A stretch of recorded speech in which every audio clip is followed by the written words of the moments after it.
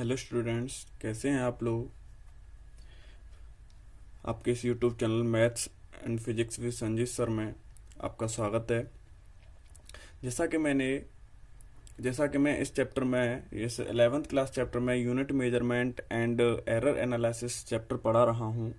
इसमें मैंने आपको मेजरमेंट, यूनिट और numericals value and selected the measurements उनके बारे में बताया था।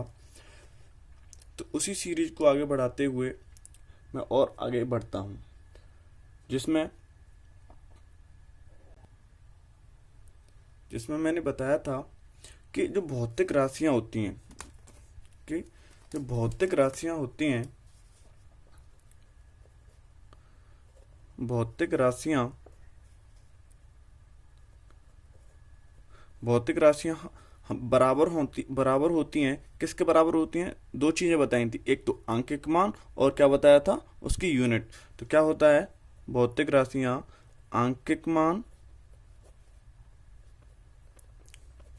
गुणा मल्टीप्लाई कर किसको, उसकी इकाई को, या मात्रक ऐसे लिख सकते हैं, मात्रक। इसमें मैंने एक एग्जाम्पल भी दिया था, मेरा घर यहाँ से 4 किलोमीटर दूर है। तो वहां पर 4 किलोमीटर, 4 आंकिक मान हो गया और किलोमीटर क्या हो गया, उसका दूरी का मात्रक हो गया। समझ में आ रहा है? और दूरी का मात्रक क्या है, किलोमीटर। तो दूरी क्या है, राशि है, भौतिक राशि है। समझ में आया? ये चीज मैंने आपको पिछली वीडियो में बताई थी। और उसमें कुछ मैंने आपको बताया था कि एमकेएस क्या होता है, सीजीएस क्या होता है, एफपीएस क्या होता है। तो इनमें थोड़ा थोड़ा सा बताया था। चलिए मैं इसको और बाद में डिटेल से बताऊंगा। चलिए भाई थोड़ा सा शुरुआत कर लेते हैं कि इससे मापन में कौन कौन सी चीज आती है, कितने से छोटी छोटी दूरियों को माप सकते हैं, बड़ी बड़ी दूरियों को कैसे माप सकते हैं, द्रव्यमान के बारे में, द्रव्यमान क्या होता है, ठीक है ना, समय के बारे में, समय क्या होता है। तो इनके मापन में कैसे कैसे हम काम करते हैं उसके बारे में हम पढ़ते हैं। चलिए तो स्टार्ट करते हैं। सबसे पहले स्टार्ट करते हैं लंबाई का मापन। क्या स्टार्ट करते हैं? लंबाई का मापन। ये सभी मेजरमेंट के ही पार्ट्स हैं। तो लिख सकते हैं लंबाई का मापन, मेजरमेंट ऑफ लेंथ।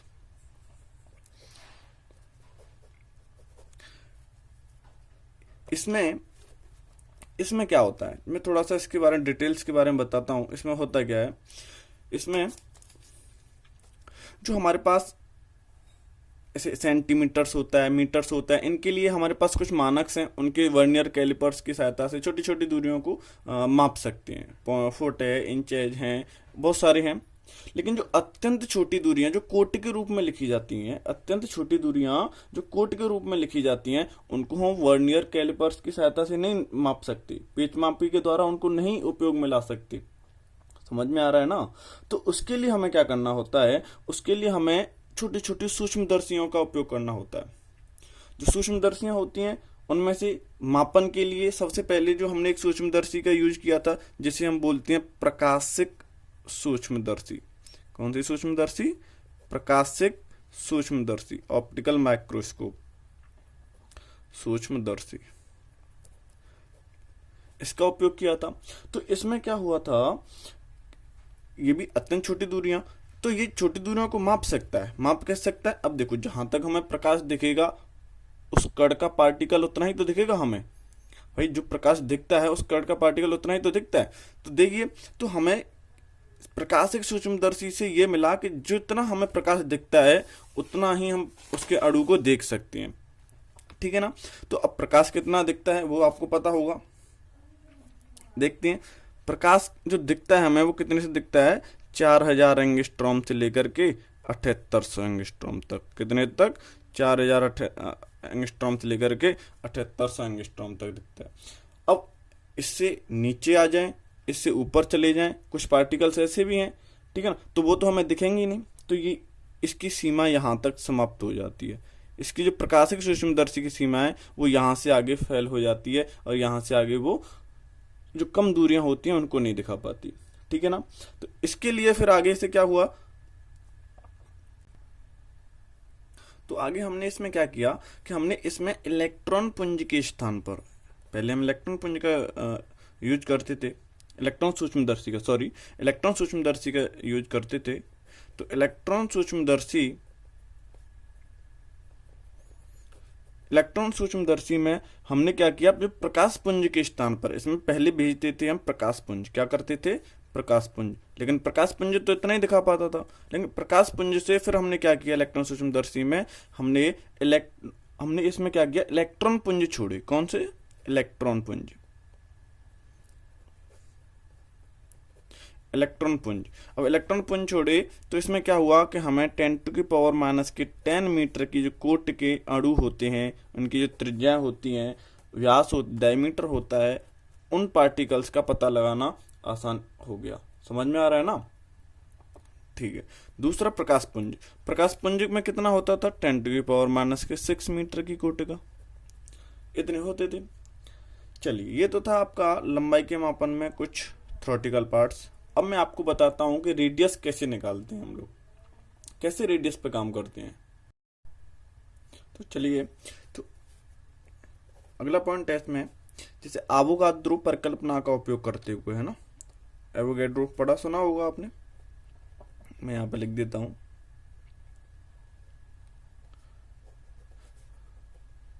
एवोगाड्रो परिकल्पना यानी एवोगाद्रो परिकल्पना के उपयोग से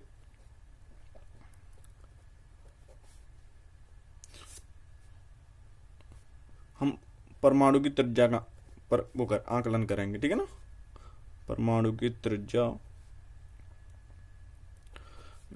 का निर्धारण, है ना। चलिए, determination of radius of atom using Avogadro hypothesis. Okay, इसमें क्या होता है आप लोग अच्छी तरीके से जानते हैं। एवोगाद्रो के अनुसार हमने पढ़ा होगा कि 1 ग्राम, किसमें, 1 ग्राम परमाणु में, 1 ग्राम परमाणु में कितने अणु होते हैं बताइए जरा। तो ये पढ़ा होगा 6.023 इंटू 10⁻23 परमाणु, 23, है ना, परमाणु होते नहीं होते हैं। चलिए, इतने परमाणु होते हैं। अब क्या करते हैं, मान लेते हैं पदार्थ का द्रव्यमान, m, स्मॉल m, एवोगाद्रो संख्या, इसे n से रिप्रेजेंट करते हैं, तो इसको लिख सकते हैं एवोगाद्रो संख्या,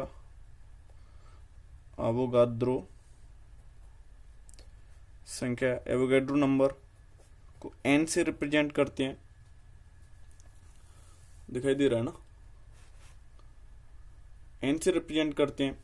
चलिए, और हम इसी का क्या ले लेते हैं, परमाणु भार, केमिस्ट्री में पढ़ा होगा आपने, परमाणु भार को m से रिप्रेजेंट करते हैं, ठीक है ना। और जो पदार्थ का आयतन है, पदार्थ द्वारा जो घिरा हुआ आयतन है, तो हम यहाँ पे लिख सकते हैं पदार्थ का आयतन जो उसने कवर किया है, उसे v मान लेते हैं, वॉल्यूम।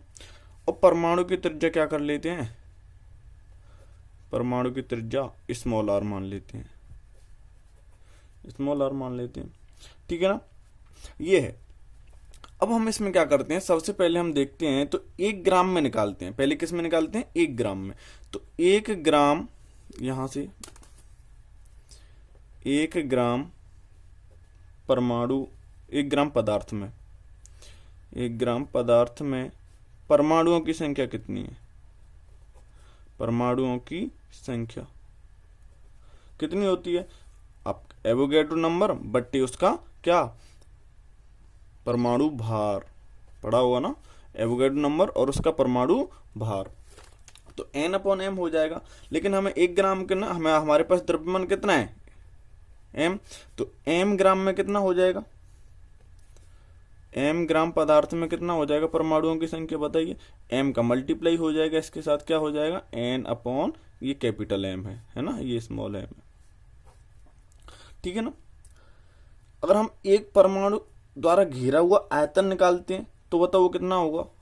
अब परमाणु को गोल मान लेते हैं ना, तो 1 ग्राम परमाणु द्वारा घेरा गया आयतन, अब घेरा गया आयतन क्या मान लेते हैं, क्या होगा बताओ। अब गोल होता है तो गोले का आयतन पता होना चाहिए आपको। कितना होता है गोले का आयतन? 4/3 pi are cube, 4/3 pi are cube. अब यहां से ये निकला है, लेकिन पदार्थ है, टोटल पदार्थ है, पदार्थ में इतने ग्राम परमाणु है, परमाणुओं की संख्या है, 1 ग्राम परमाणु इतना घेरता है। तो बताओ सभी पदार्थ के सभी परमाणु कितना घेरेंगे? तो यहां पे लिख सकते हैं हम लोग पदार्थ के सभी परमाणु द्वारा घेरा गया आयतन। आप भी कर सकते हो इसको। क्या हो जाएगा बताइए? एक के कारण इतना है, एक के कारण इतना आयतन घेर रहा है, टोटल परमाणु इतने हैं, तो इन दोनों का क्या हो जाएगा? मल्टीप्लाई हो जाएगा। तो हम इसको लिख सकते हैं m, स्मॉल m है ना, m द्रव्यमान वाला m, n upon capital M into 4/3 pi are Q. R क्या है? रेडियस। समझ में आ रहा है ना? चलिए, तो अब आपको ये पता होनी चाहिए कि जो 1 ग्राम परमाणु होता है वो उस पदार्थ का कितना आयतन घेरता है। तो ये वाली बात आपको पता होनी चाहिए। जो पदार्थ का इतने परमाणु होते हैं, इतने जो परमाणु होते हैं वो पदार्थ का लगभग 2/3 यानी 2/3, लगभग 2/3 आयतन घेरते हैं, 2/3 आयतन घेरते हैं। ठीक है ना, 2/3 आयतन घेरते हैं। यहां तो समझ में आ रहा है ना? चलिए, अब आगे देखो इसमें क्या होता है। हमारे पास पदार्थ के द्वारा आयतन कितना है? इतना। तो इतना आयतन है, तो ये परमाणु है, तो ये किसके बराबर होंगे? 2/3 V जो टोटल होगा उसके आयतन के बराबर होंगे। तो इसको हम कैसे लिख सकते हैं? देखिए जरा, देखो यहां पे हो जाएगा पदार्थ के सभी अणुओं द्वारा घेरा गया आयतन, स्मॉल m, ऐसे लिख सकते हैं इसको, small m n upon capital M into 4/3 pi are Q is equal to, यानी टोटल का 2/3 वॉल्यूम क्या था? V, ये वाला। कर लो इसको सॉल्व। अब इसको सॉल्व करेंगे तो यहां से हम देखते हैं 3 से तो 3 से 3 कट जाएगा, 3 से 3 कट जाएगा, तो आर क्यू 2 से ये 2 टाइम्स कट जाएगा। क्या बचेगा हमारे पास?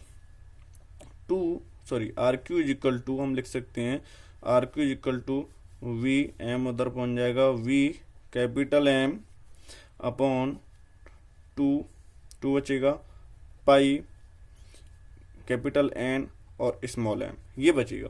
तो आर क्यू बराबर कितना आ गया? इतना। या हम इसको ऐसे लिख सकते हैं आर बराबर वी, आर ये V है, V कैपिटल M अपॉन 2 पाई N M की पावर, यहां से इस पर क्यूब रूट चढ़ जाएगा, 1/3। इससे हम परमाणु की रेडियस निकाल सकते हैं, परमाणु की त्रिज्या निकाल सकते हैं। समझ में आ रहा? इससे हम परमाणु की त्रिज्या निकाल सकते हैं। चलिए, तो इसी प्रकार इनके व्यास का भी निर्धारण कर सकते हैं, और भी बहुत सारे बड़ी दूरियों को हाइट एंड डिस्टेंस से भी देख सकते हैं। ऐसे इनमें क्या हो रहा है, देखिए कहीं मैथ भी यूज हो रहा है, फिजिक्स की भी यूज हो रहा है, तो कहीं ना कहीं मैथ और फिजिक्स भी एक दूसरे पे ऊपर डिपेंडेबल होते हैं। डिपेंडेबल क्या होते ही हैं, हम बोल सकते हैं हम लोग कि जो मैथमेटिक्स होता है, जो गणित होता है, वो विज्ञान की ही एक भाषा होती है। तो mathematics is the language of science, हम बोल सकते हैं mathematics is the language of science. जो विज्ञान की भाषा ही गणित है। ये एक दूसरे से इस तरीके से जुड़े हुए हैं। ठीक है ना? चलिए, तो अब आगे बढ़ते हैं। तो इसमें बड़ी दूरियों का मापन भी हम हाइट एंड डिस्टेंस के थ्रू कर सकते हैं। थीटा कोण बराबर चाप बट्टे त्रिज्या लगा करके कर सकते हैं, और भी बहुत सारे हैं। इस तरीके से हम आगे बढ़ते हुए चले जाएंगे। ठीक है ना? अगर आपको ये वीडियो अच्छी लग रही है तो भाई प्लीज इसको लाइक कीजिए, शेयर कीजिए और हमारे चैनल को सब्सक्राइब कीजिए। ठीक है ना? अब आगे बढ़ते हैं, आगे हम पढ़ते हैं द्रव्यमान के बारे में। तो द्रव्यमान का मापन कैसे करते हैं, ये मोस्ट इंपोर्टेंट है। इनको एक बार पढ़ लीजिए, दोबारा पढ़ने की जरूरत नहीं पड़ेगी। समझ में आ रहा है ना? द्रव्यमान का मापन, मेजरमेंट ऑफ मास। तो इसमें क्या होता है द्रव्यमान के मापन में, एक तो इसको कैसे मापते हैं, ये दो प्रकार से है, दो प्रकार से मापा जाता है। जैसे एक तो होता है, इसको हम बोल सकते हैं, ऐसे लिख सकते हैं, इसमें से एक तो होता है जड़त्वीय द्रव्यमान, इनर्शियल मास, ठीक है ना? क्या होता है, बोल के बताओ, जड़त्वीय द्रव्यमान। दूसरा क्या होता है, दूसरा क्या होता है, बहुत अच्छे से सुना है आपने, गुरुत्वीय द्रव्यमान,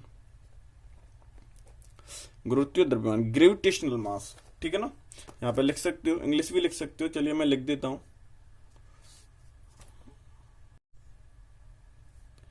सॉरी फॉर डिस्टर्बेंस, कैमरा हिल गया था तो उसमें थोड़ी दिक्कत हो गई। चलिए मैं दोबारा से फिर से बता देता हूं कि जड़त्वीय द्रव्यमान और गुरुत्वीय द्रव्यमान, इनर्शियल मास एंड ग्रेविटेशनल मास, इस द्रव्यमान का मापन है, दो तरीके से होता है, जड़त्वीय द्रव्यमान तथा गुरुत्वीय द्रव्यमान। इसमें हम क्या करते हैं कि एक मेज लेते हैं, मेज के ऊपर एक पट्टा रखते हैं, पलटा रखते हैं, और उसके उसके इस वाले सिरे पर, यहाँ पर उसके सिरे पर एक कोई गुटका रख देते हैं, ठीक है, भारी कोई गुटका रख देते हैं। जब हम इसको विस्थापित करते हैं, जब हम इसको हिला करके थोड़ा सा छोड़ देते हैं, तो ये क्या करता है, अपनी यह पर सरल आवर्त गति करता है। क्या करता है, ये सरल आवर्त गति करता है। जब ये सरल आवर्त गति करता है तो इसका आवर्तकाल, जो इसका आवर्तकाल होता है, टाइम पीरियड होता है, मैं यहाँ पे लिख देता हूँ, जो इसका आवर्तकाल होता है वो क्या होता है, नंबर फर्स्ट पॉइंट, जड़त्वीय तुला के बाहर निकली हुई पत्ती की लंबाई पर निर्भर करता है। जो ये पत्ती की जो लंबाई है इस पर निर्भर करता है।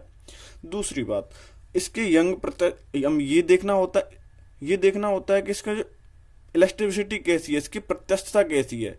कोई पत्ती ऐसी भी होती है ज्यादा थोड़ा सा हिलाने पर बहुत हिलती है, कोई कठोर होती है, ठीक है ना? तो उसकी यंग प्रत्यस्थता गुणांक पर भी निर्भर करता है। चैप्टर आएंगे आगे, धीरे धीरे सब कुछ समझ में आएगा, ठीक है ना?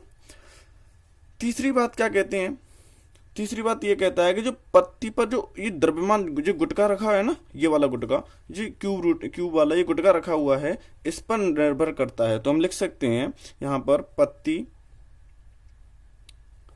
जो सरल आवर्त गति है वो पत्ती व उस पर रखी वस्तु पर भी निर्भर करती है, पर भी निर्भर करती है।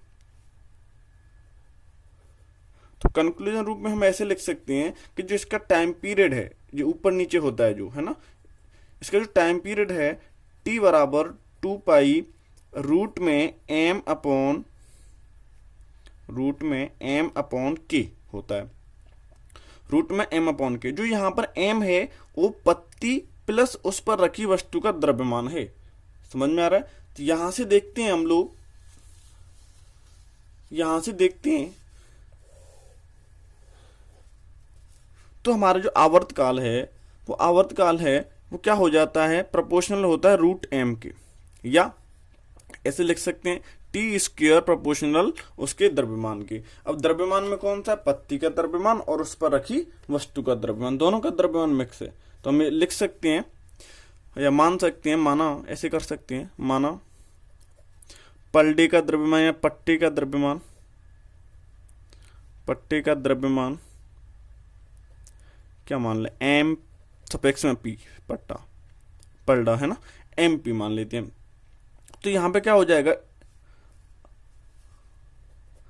रेशियो है तो रेशियो के तरीके से कर लेते हैं कि T1 square upon T2 square बराबर होता है, पलड़े का द्रव्यमान तो वही रहेगा, हम वस्तुओं के द्रव्यमानों, अलग अलग द्रव्यमानों की वस्तुओं को रख करके देखेंगे। हम लोग क्या करेंगे, पहले इस पर 2 किलो का रख लिया, तो फिर इस पर हम कौन सा रख के देखेंगे, 5 किलो का रख करके देखेंगे। कोई सा भी रख सकते हैं लेकिन डिफरेंट मास होना चाहिए।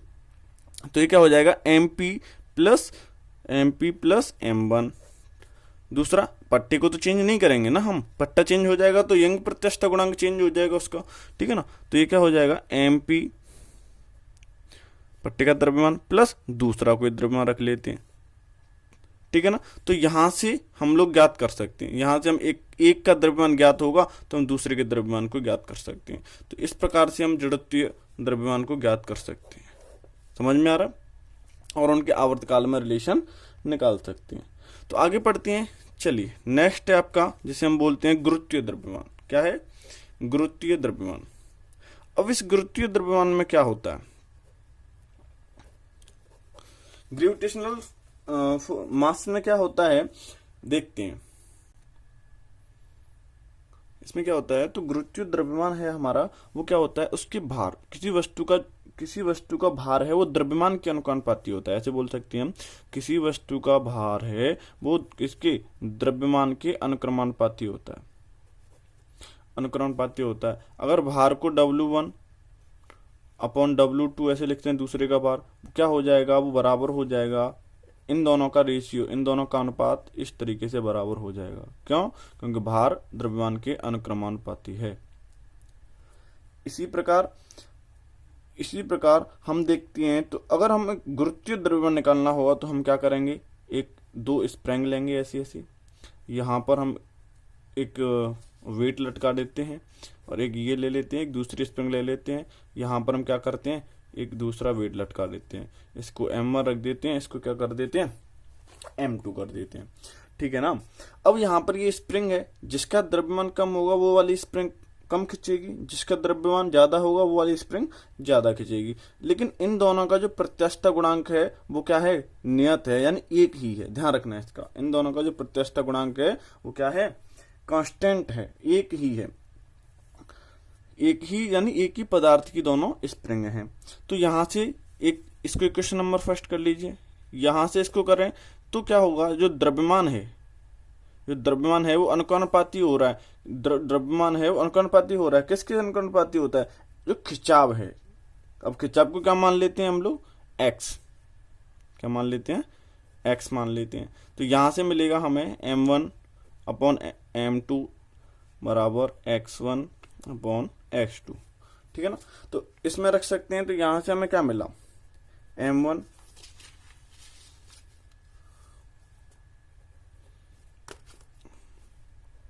यहां से मिलेगा M1 upon M2 is equal to x1 upon x2। यहां से वस्तुओं का द्रव्यमान दे रखा हो तो हम यहां से, या फिर x1 x2 उनके प्रत्यास्थता गुणांक दे रखे हों, या फिर उनका खिंचाव ये है ना, खिंचाव दे रखा हो और एक द्रव्यमान दे रखा हो तो हम दूसरे का द्रव्यमान निकाल सकते हैं। इस फॉर्मूले से हम द्रव्यमान निकाल सकते हैं, या फिर द्रव्यमान दे रखे हो तो खिंचाव निकाल सकते हैं। इस तरीके से इसको गुरुत्वीय द्रव्यमान का निर्धारण कर सकते हैं। ठीक है ना। अगर आपको ये वीडियो अच्छी लग रही है तो इसको लाइक कीजिए, सब्सक्राइब कीजिए। चलिए आगे बढ़ते हैं। तो अगला आगे बढ़ते हैं, समय मापन। तो यहां पे करते हैं समय का मापन। तो समय का मापन होगा तो कैसे लिखते हैं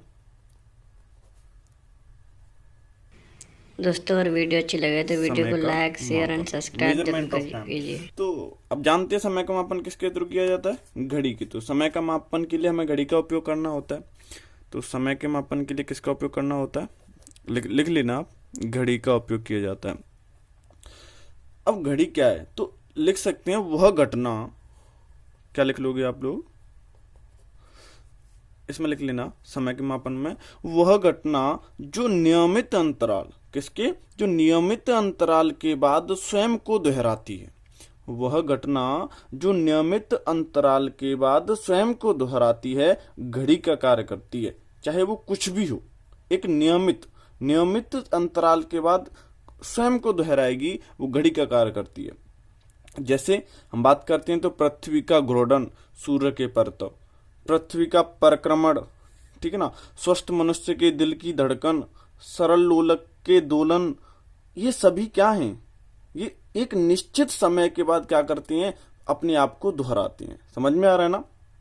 चलिए मैं यहाँ पे लिख नहीं रहा, वरना लिख सकते हैं आप लोग, ठीक है ना। क्या लिख सकते हैं कि पृथ्वी का घूर्णन, सूर्य के परतव, पृथ्वी का परिक्रमण काल, स्वस्थ मनुष्य के दिल की धड़कन, ठीक है ना, लिख लीजिए इसमें सीजियम परमाणु, ठीक है, जो एक नियमित अंतराल के बाद दर्शा रहे हैं, वो क्या है, आपकी घड़ी का कार्य करते हैं। तो इसमें पहली घड़ी आ सकती है, इसमें जैसे बोल सकते हैं हम लोग सौर घड़ी, माध्य सौर दिवस, समझ में आ गया होगा, सौर घड़ी, सोलर क्लॉक, सोलर क्लॉक। इसमें क्या होता है सोलर क्लॉक में, यदि सूर्य के परत पृथ्वी नियमित प्रक्रमण पर आधारित है, किस पर, सूर्य के परत जो पृथ्वी नियमित चक्कर लगा रही है, नियमित परिक्रमण कर रही है, उस पर आधारित है, उसे हम कहते हैं सौर घड़ी। ठीक है ना। अगर आप नहीं लिख पा रहे हैं तो वीडियो को पॉज करके, वीडियो को स्लो मोशन पर लगा करके आप लोग लिख सकते हैं। ठीक है ना, लिख जरूर लेना, आप अपनी फेयर कॉपी अच्छे से बना लेना। ठीक है ना। देखिए टाइम तो देना पड़ेगा, अगर आपको अच्छी सी अच्छी अगर कोई चीज चाहिए, कोई अगर हमें ज्ञान ग्रहण करना है, अगर हमें पढ़ना है अच्छे से, तो आपको टाइम देना पड़ेगा। आप लोग जब अपना टाइम नहीं दोगे, वैसे ही लगे रहोगे, तो फिर फायदा नहीं है भाई, आपको टाइम तो देना पड़ेगा। अच्छी चीज है तभी आती है, टाइम एक्सपेंड करना पड़ता है। ठीक है ना। दूसरी बात, दूसरी घड़ी कौन सी है, दूसरी घड़ी है हम जिसे बोल सकते हैं परमाणु घड़ियां, जैसे सीजीएम काफी बार नाम सुना है आपने, परमाणु घड़ियां, एटॉमिक क्लॉक। अब एटॉमिक क्लॉक में क्या होता है, एटॉमिक क्लॉक, एटॉमिक क्लॉक अगर इसकी बात करें तो इसमें बनी सीजीएम घड़ी। कौन सी घड़ी, जो 1964 में बनाई गई थी, ध्यान रखना इस चीज को, किसमें बनाई गई थी, वो 1964 में बनाई गई थी। इसकी एक और प्रॉपर्टीज है कि यदि 10 की पावर 11 सेकंड हो जाती हैं तब 1 सेकंड का अंतर आता है, ये इतनी शुद्ध है। ठीक है ना, इसलिए इसका यूज भी बहुत अच्छा है घड़ियां। दूसरा क्या आता है, रेडियो एक्टिव डेटिंग, ये भी एक तरह की घड़ी है, रेडियो एक्टिव। आप कह रहे होंगे ये क्या है, रेडियो एक्टिव डेटिंग, तो मैं आपको एग्जांपल से बताता हूं। तो रेडियो एक्टिव डेटिंग में क्या होता है, आपने देखा होगा कि पेड़ कितने साल पुराना है, कोई चट्टान कितने साल पुरानी है, तो उसमें क्या होता है, जो कार्बन 14 है आपका, कार्बन 14 से क्या होते हैं, कुछ परमाणु स्वतः ही विघटित होते हैं, कुछ परमाणु स्वतः ही विघटित होते हैं। तब उस प्रक्रिया को क्या कहा गया, उस प्रक्रिया को ही तो कहते हैं रेडियो एक्टिव डेटिंग। समझ में आ रहा है ना, उस प्रक्रिया को क्या कहते हैं, रेडियो एक्टिव डेटिंग कहते हैं। तो इसमें एग्जांपल में लिख सकते हैं, जैसे आपके फॉसिल्स होते हैं, जैसे जीवाश्म, ठीक है ना, चट्टाने,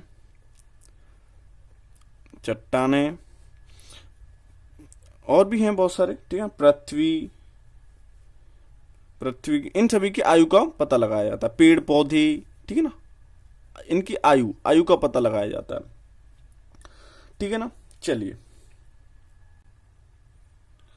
अब मैं आपको कुछ यंत्रों के बारे में बताऊंगा, वो यंत्र कौन कौन से हैं देखिए। तो मैं आपको कुछ यंत्रों के हेडिंग बना लेना आप लोग, कुछ महत्वपूर्ण यंत्र, ये भी पता होने चाहिए आपको, कुछ महत्वपूर्ण यंत्र, सम इंपोर्टेंट इंस्ट्रूमेंट्स। तो इसमें क्या होता है, जैसे अगर हम पहली बात करें, पहला यंत्र अमीटर। अभी अमीटर है, अमीटर क्या काम करता है, तो लिख सकते हो आप लोग, साथ ही साथ लिखते रहना, विद्युत धारा मापने का यंत्र है। क्या है ये, विद्युत धारा मापने का यंत्र है। दूसरे की बात करें, अगर हम बैरोमीटर लेते हैं, कौन सा लेते हैं, बैरोमीटर, पता होगा आपको कुछ ना कुछ, तो बैरोमीटर। अब बैरोमीटर है तो बैरोमीटर क्या करता है, वायुमंडलीय दाब मापने का यंत्र है। क्या है, वायुमंडलीय दाब मापने का यंत्र है। इसी तरीके से आप लोग लिखते हुए चलना, ठीक है ना, मैं आपको यहाँ पे लिखता हुआ चलूंगा यंत्र का नाम, और उसी तरीके से आपको आगे बढ़ते हुए रहना। चलिए तीसरा आता है कैलोरीमीटर। क्या आता है, कैलोरीमीटर। कैलोरी नाम, मात्रक भी सुना, मात्रक भी पढ़ा है आपने। तो देखिए, तो कैलोरी क्या करता है, ऊष्मा का परिमाण मापता है। किसका, ऊष्मा का। फोर्थ नंबर पे आता है आपका, जैसे आपका आता है बैथोमीटर, एक यंत्र है जिसका क्या नाम है, बैथोमीटर। अभी बैथोमीटर क्या काम करता है, तो बैथोमीटर है, यह समुद्र की गहराई मापने का काम करता है। सबसे ज्यादा नेवी में यूज होता है, तो ये नेवी में भी आ सकता है, आपके नेवी एयरफोर्स के जो एग्जाम्स होते हैं उनमें भी आ सकता है कि बैथोमीटर क्या होता है, तो समुद्र की गहराई मापने का यंत्र है। किसका यंत्र है, समुद्र की गहराई। अच्छा, पांचवा, जैसे दूरबीन, बताओ दूरबीन किसके काम आता है, ये तो भाई आपको पता होगा, आप लोग खुद से करना। 6 नंबर पे आता है आपका ऑडियोमीटर। क्या? ऑडियोमीटर। अब बताओ ऑडियोमीटर क्या होता है, यह भी आपको पता होगा। ऑडियोमीटर ध्वनि मापने का यंत्र है। चलिए और भी हैं बहुत सारे, मैं आपको बताता हुआ चल। तो आपका 7th नंबर पे आता है जैसे कार्डियोग्राफ।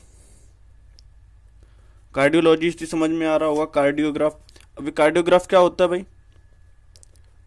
हृदय, कार्डियोलॉजी क्या होती है? हृदय विज्ञान। तो कार्डियोग्राफ क्या होता है? हृदय के बारे में जो गतिविधि है उसको, उसके रिकॉर्ड को रखने वाला यंत्र होता है। ठीक है ना। अगला क्या आता है? जैसे हम बात करते हैं क्या होगा, सिनेमेटोग्राफर। क्या आता है? सिनेमेटोग्राफर।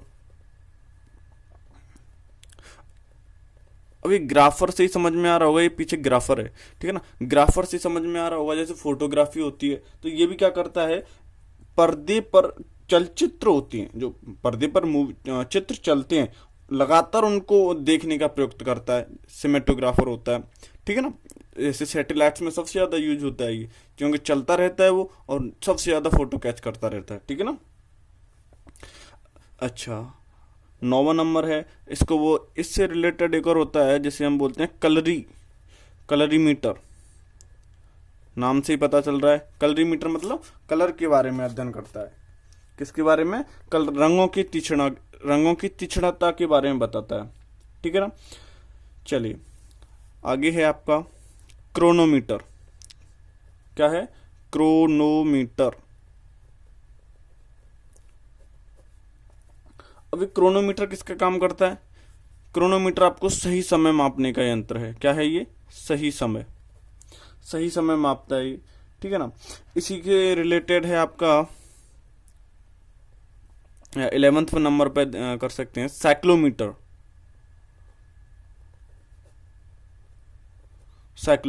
अभी साइक्लोमीटर किसका काम करता है? तो साइक्लोमीटर होता है जो पहिया होता है ना, पहिए द्वारा कितनी दूरी चली जाती है उसको मापता है ये साइक्लोमीटर। 12वां कौन सा होता है? अब बात करते हैं इसे डायनेमो। अब ये डायनेमो क्या होता है, पता होगा आपको। डायनेमो क्या होता है बताइए। तो डायनेमो होता है यांत्रिक ऊर्जा को विद्युत ऊर्जा में बदलने का यंत्र। ठीक है ना। अगला इसी से रिलेटेड है आपका डायनोमीटर। क्या है? डायनोमीटर। अभी डायनोमीटर क्या होता है भाई? विद्युत शक्ति को मापने का यंत्र है। ये किसको मापता है? विद्युत शक्ति को मापने का यंत्र है। ठीक है ना। आगे आता है, अब आगे देखते हैं तो इलेक्ट्रोस्कोप। क्या?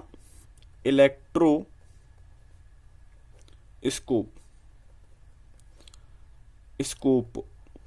अब इलेक्ट्रोस्कोप है तो ये आवेश की स्थिति के बारे में पता लगाता है, क्या इसमें आवेश है या नहीं है, उसको मापने का यंत्र होता है इलेक्ट्रोस्कोप। ठीक है ना।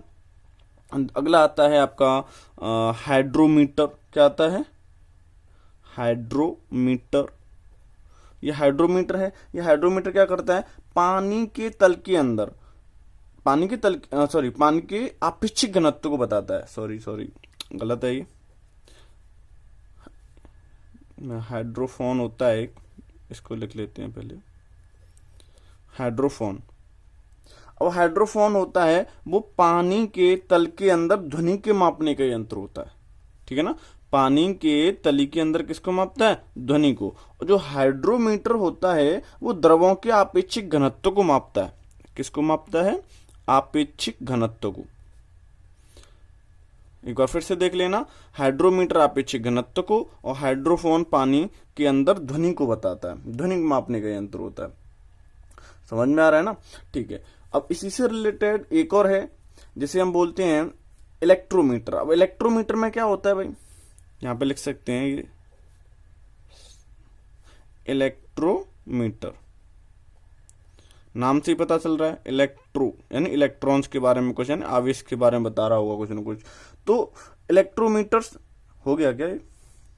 ठीक है। क्या होता है इलेक्ट्रोमीटर्स? आवेश के बारे में। ठीक है ना। या फिर इसको बोल सकते हैं प्रेरण के बारे में बताता है।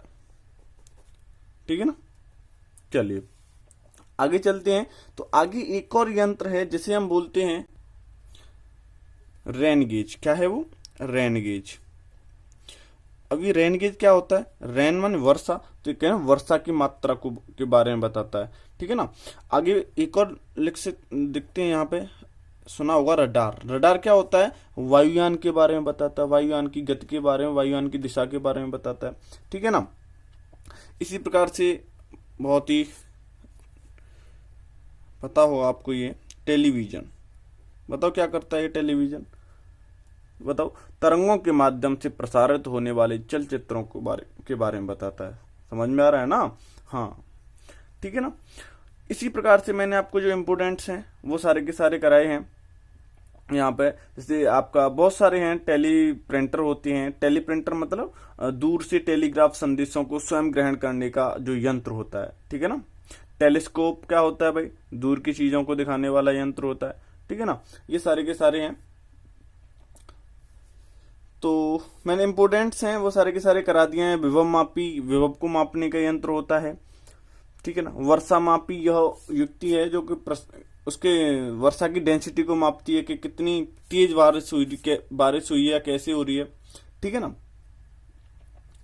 चलिए, तो इस वीडियो में इतना ही। अगर आपको ये वीडियो अच्छी लगती है तो आप इस वीडियो को लाइक कीजिए, शेयर कीजिए और चैनल को सब्सक्राइब भी कीजिए, ठीक है ना भाई। अगर हमें कोई भी चीज अच्छी तरीके से पढ़नी है, एक सिस्टमेटिक तरीके से पढ़नी है, तो हमें उसके लिए टाइम देना पड़ेगा, ठीक है ना। तो आप टाइम दीजिए, टाइम दोगे, एक बार टाइम दे लोगे तो आगे के लिए आपके लिए फायदा हो जाएगा। एक बार तो पढ़ना पड़ेगा, कहीं भी पढ़ लीजिए, एक बार जरूर पढ़ना पड़ेगा आपको, ठीक है ना। तो अगर वीडियो अच्छी लगती है लाइक शेयर सब्सक्राइब करते रहिएगा, ठीक है। Thank you. जय हिंद, जय भारत। कमेंट सेक्शन में जरूर अपनी कमेंट लिखें, ठीक है ना, जो भी डाउट्स हो, ताकि मुझे पता चले कि क्या डाउट्स है, मैं उसको क्लियर कर सकूं, ठीक है ना। कमेंट सेक्शन में कमेंट जरूर करें। Okay, thank you. जय हिंद, जय भारत।